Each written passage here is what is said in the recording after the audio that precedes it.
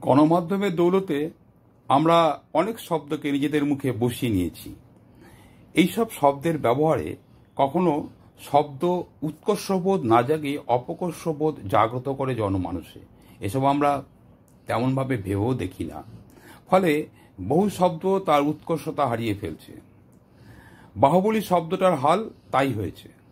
সাধারণত কোনো মানুষকে বাহুবলী বললে আমাদের মনে ছবির মতো এক মানব অবয়ব সৃষ্টি না করে কোনো এক রাজনৈতিক দলের প্রভাবশালীর কথা মনে করিয়ে দেয়। অথচ বাহুবলী ছিলেন প্রথম জৈন তীর্থঙ্কর ঋষভের পুত্র। জৈনদের সবচেয়ে সম্মানিত ব্যক্তিত্বদের অন্যতম হলেন বাহুবলী। অথচ গণমাধ্যম বাহুবলী বলে যাদেরকে দেখাচ্ছেন তারা বাহুবলী নয়, তারা অন্যায়ভাবে এলাকা দখলকারী মাস্তান। এরা এলাকায় সন্ত্রাস সৃষ্টি করে মানুষকে মানুষ বলেই মনে করেন না। আর বরং আসুন আমরা একজন সাহসী প্রতিবাদী মানুষের কথা জেনে নিই। ইনি 1980 সালে সিপিআইএমের সাথে সমস্ত সম্পর্ক ছিন্ন করে প্রত্যক্ষ রাজনৈতিক জগতের বাইরে চলে গেছেন। তবে গণশক্তি নিয়মিত পড়েন। পুরো পরিবার ভোটের সময় সিপিআইএমের প্রতীকে বোতাম টেপেন। গত 2015 সালের 2রা সেপ্টেম্বর একটি মারাত্মক ঘটনা ঘটিয়েছেন তিনি। সেদিন ছিল ভারত বন্ধের দিন। 10টি ট্রেড ইউনিয়নের ডাকা ভারত বন্ধ। প্রসঙ্গত বলে রাখি, বামেদের ডাকা বন্ধে ওনার ছেলে কর্মস্থলে যান না, উনিও কোনো বাজার হাটে যান না। সেদিন অর্থাৎ 2রা সেপ্টেম্বর 2015 বন্ধের প্রভাব বুঝতে পথে বেরিয়েছেন। হঠাৎ তার নজরে পড়ল বাজারের পথে সিপিএমের অফিসে তালাবন্ধ।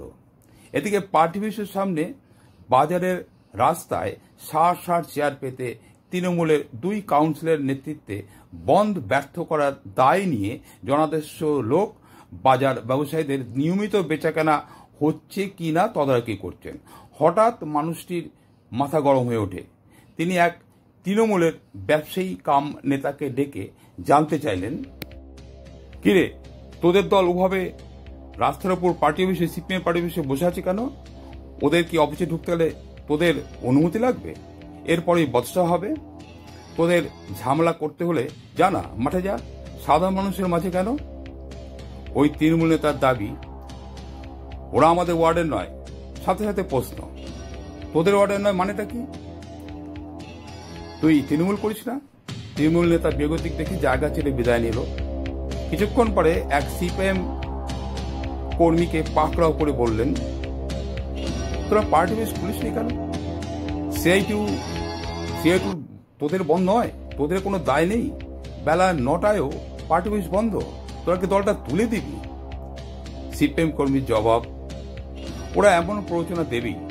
দলের নির্দেশ আছে কোনো পাতা ফাঁদে পা না দেওয়ার। তোদের ফোন দিয়ে বুঝেছি, যা করার আমাকেই করতে হবে। সব কাপুরুষের দল, কোমরে জোর নেই, কমিউনিস্ট পার্টি করছে। পরে ওই সিপিএম কর্মীর মুখে শুনেছি কাউকেই কিছু করতে হয়নি। তৃণমূলের লোকেরা চেয়ার একটার উপর আরেকটা দাঁড় করে রেখে ঘটনাস্থল ছেড়েছে। একথা জেনে বলেছিলাম, তাহলে মেজাজটাই আসল রাজা। কি বলিস? শুনে ওই সিপিএম সমর্থক বলেছিল, অমলদার মতো মানুষজন আজ আমাদের দলে খুব কম। উনি দলটা ছাড়লেন কেন আজও পরিষ্কার নয়। প্রসঙ্গত বলি, অমলদাকে দেখেছি ভালো স্লোগান চটজলদি বানিয়ে মিছিলের স্লোগান তুলে মিছিলকে প্রাণবন্ত করে তুলতে পারতেন। অসাধারণ সংগঠক ছিলেন। তার ডাকে 200 থেকে 250 ইয়ং ব্রিগেড একত্রিত হতো নিমেষে। ভালো রাজনৈতিক ক্লাস করাতে পারতেন। কমিউনিস্টদের আলটিমেট রাষ্ট্রশক্তির বিরুদ্ধে লড়তে হবে, তাই অস্ত্র চালানোতেও সেটাও তিনি জানতেন।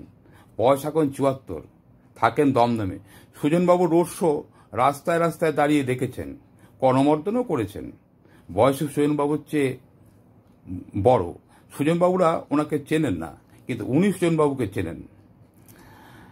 কোনো অভিমান হয়তো দলের উপর আছে, সেটা দূর করার দায়িত্ব কার? অমলদার নাকি আঞ্চলিক পার্টির নেতৃত্বের? ভাবা যায়, যদি বুথ স্তরে এমন কর্মী থাকেন, দল হারতে পারে। কারণ এর উপরের স্তরে রয়েছে তো মীনাক্ষীরা। মানুষ ব্রিটিশদেরকে ভয় করেনি, এ তো তৃণমূল কোন ক্ষেত কামুলি সব সাফ হয়েছে। 2018 অন্ধকার স্মৃতি তো মানুষের বুকে জলজল করছে।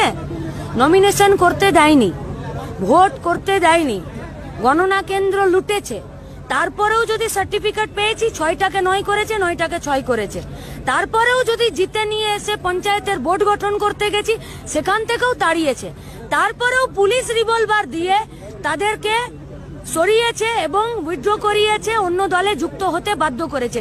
কি ঘটলো এই ব্লকে রঘুনাথপুরে?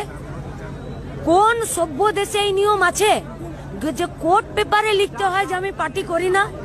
কালকে সিপিআইএমটা, তৃণমূলটা, বিজেপিটা ব্যান হলে মানুষ করবে না? যার দম আছে সে, যে ভালোবাসবে সে। পলিটিক্যাল পার্টি তো নীতি আদর্শের জন্য করে, তাহলে কোন সভ্য দেশে এই কাজ আছে? ভিডিওতে ভাইরাল হলো, আপনারা টিভিতে দেখালেন। আজ সকাল অবধি মানবাধিকার কমিশনের, পুলিশের একটা 41 নোটিশ জারি আছে যে পার্টি করো, কোর্ট পেপারে কেন লিখতে হলো? তাহলে পুরো সরকারি সিস্টেমটাকে কোলাপস করাচ্ছে, ডেমোক্রেসি থাকবে না, তার বিরুদ্ধে লড়তে যাচ্ছি। তাহলে মানুষ রেডি আছে। সিপিআইএম নিজের কোমরের জোরে একা নমিনেশন করেনি, মানুষ সিপিআইএম কে নমিনেশন করিয়েছে। আপনারা আপনার কর্মীদেরকে বললেন রেডি থাকতে, পুলিশ প্রশাসনের উপরে কি ভরসা নেই? তৃণমূল পুলিশ অফিসে পুলিশদের উপরে ভরসা করতে পারছে না, আমরা তো চাই পুলিশের উপরে ভরসা করতে। এবারে পুলিশ যদি গুন্ডাদের বন্ধু হয়ে যায় তাহলে তো মুশকিল। আমরা তো পুলিশের যেটা আসল কাজ, সেই কাজের জায়গায় ওদেরকে ফিরতে বলছি। দেখলেন না ভাঙড়ে কি বলছিল, ক্যানিং এ কি বলছিল, মমতা ব্যানার্জি কি বললেন, রাজ্যের পুলিশ মন্ত্রী, নিজে পুলিশ মন্ত্রী, তিনি কি বললেন যে আমাদের কর্মীরা, আমাদের পার্টিরা এরা একটা প্রতিরোধে গেছে। পুলিশ থাকতে প্রতিরোধ কেন করতে হচ্ছে?